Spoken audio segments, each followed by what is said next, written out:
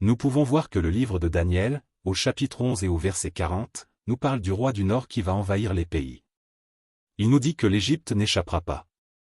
Daniel chapitre 11 verset 40, au temps de la fin, le roi du Midi se heurtera contre lui.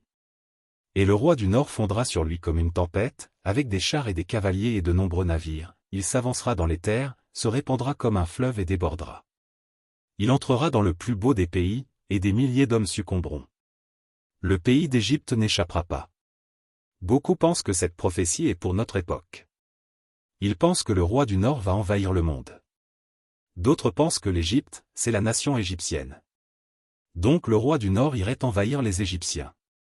Tout cela est faux. Puisque le roi du Nord dont il est question dans Daniel chapitre 11 verset 40 était un roi romain. Et la prise de l'Égypte s'est réalisée par Octave, lors de la bataille d'Actium en 31 avant notre ère. Mais le but de cette vidéo est tout autre. C'est que, en effet, les forces qui vont attaquer Jérusalem viendront du Nord. Ils auront une certaine réussite concernant Jérusalem, mais n'iront pas plus loin, car Jésus viendra défendre Jérusalem. Zacharie chapitre 14 versets 2 et 3, « Je rassemblerai toutes les nations pour qu'elles attaquent Jérusalem, la ville sera prise, les maisons seront pillées, et les femmes violées, la moitié de la ville ira en captivité, mais le reste du peuple ne sera pas exterminé de la ville.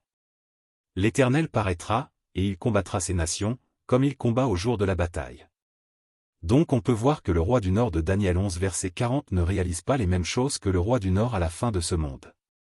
Il suffit de réfléchir et de trouver les bons versets pour comprendre ce qui va se passer. Maintenant, c'est à vous de vérifier. Parce qu'on ne voit pas dans le verset 40 de Daniel que Jésus interrompt l'invasion. Donc ceux qui vous disent que le roi du Nord de Daniel 11 verset 40, c'est une prophétie pour notre époque, sont en train de vous mentir. Et ce n'est pas moi qui le dis, mais c'est la Bible qui le dit, car les deux prophéties sont complètement différentes.